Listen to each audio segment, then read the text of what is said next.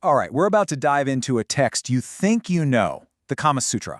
But I'm willing to bet that what you think it is and what it actually is are two very different things. Let's get into it. So let's just be honest for a second. When I say that name, Kamasutra, what's the very first image that pops into your head? For most of us, it's something pretty specific. Is it this? An ancient, maybe kind of taboo book of wild, exotic sexual positions?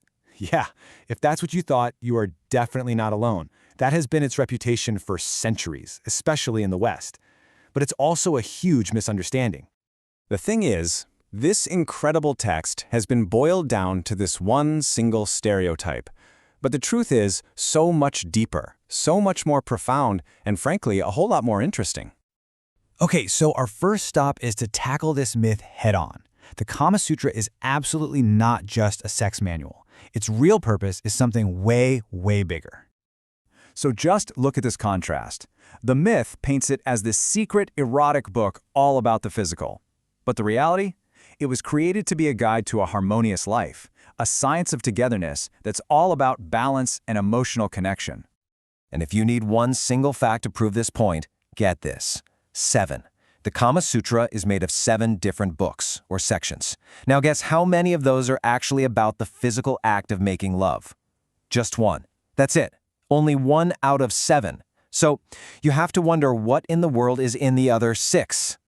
Well, to understand that, we have to understand what the word kama itself really means. See, kama isn't just about sex. It's one of the 4 main goals of a meaningful life in Hindu philosophy. It stands for all kinds of pleasure, desire, and emotional fulfillment, like savoring an amazing meal, getting lost in beautiful music, or having a really deep conversation. It's the art of enjoying life with all your senses, but, and this is so important, doing it with purpose. And this is where you can see how it all fits together. Kama is just one piece of a bigger puzzle. You've also got dharma, which is your duty, artha, which is material success, and moksha, spiritual liberation. The writers saw life as a 4-legged table. If any leg is missing, or even just a little too short, the whole thing gets wobbly. It's all about balance. And building on that whole idea of balance, the text is really, at its core, about the art of connection. And most of that has absolutely nothing to do with what happens in the bedroom. I mean, seriously, when you actually look inside, it's packed with what we'd call relationship intelligence today. It hammers home that communication is your most important tool. It talks about building trust, the need for mutual respect, and how to actually nurture a relationship over time. It's all about emotional bonding. And on that topic of respect, the text is, well, it's shockingly modern. Take consent. Kama Sutra expert Seema Anand explains that the book gives women an equal platform and the right to say no. It advises that if a man is too aggressive, she should tell him to stop. And if he doesn't listen, get this, the text says she should bite him back, twice as hard. I mean, that's an incredibly clear and powerful stance on equality and consent from a text that's nearly 2,000 years old. It also has this incredibly sophisticated understanding that partners have different needs. It uses this amazing analogy. A man's pleasure is like fire. It's quick to ignite, and it's quick to go out.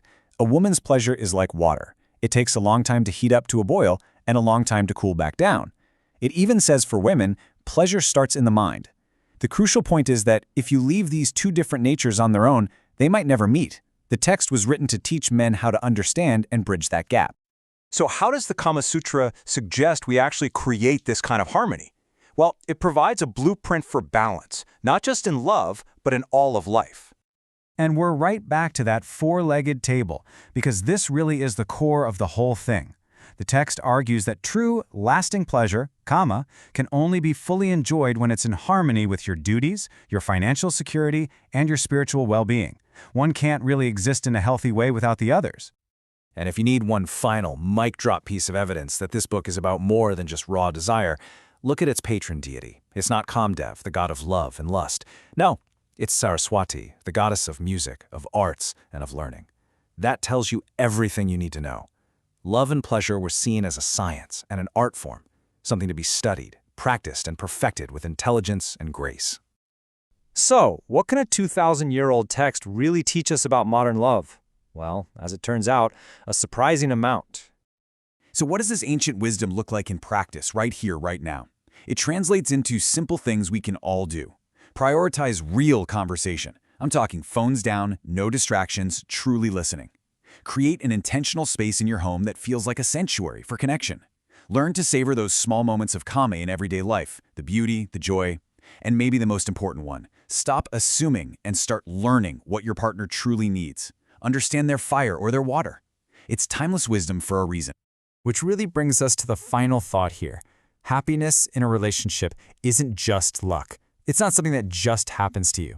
It's a skill. It's an art that requires practice and learning and intention. So the big question is, in our fast-paced modern world, are we ready to slow down and learn that art again?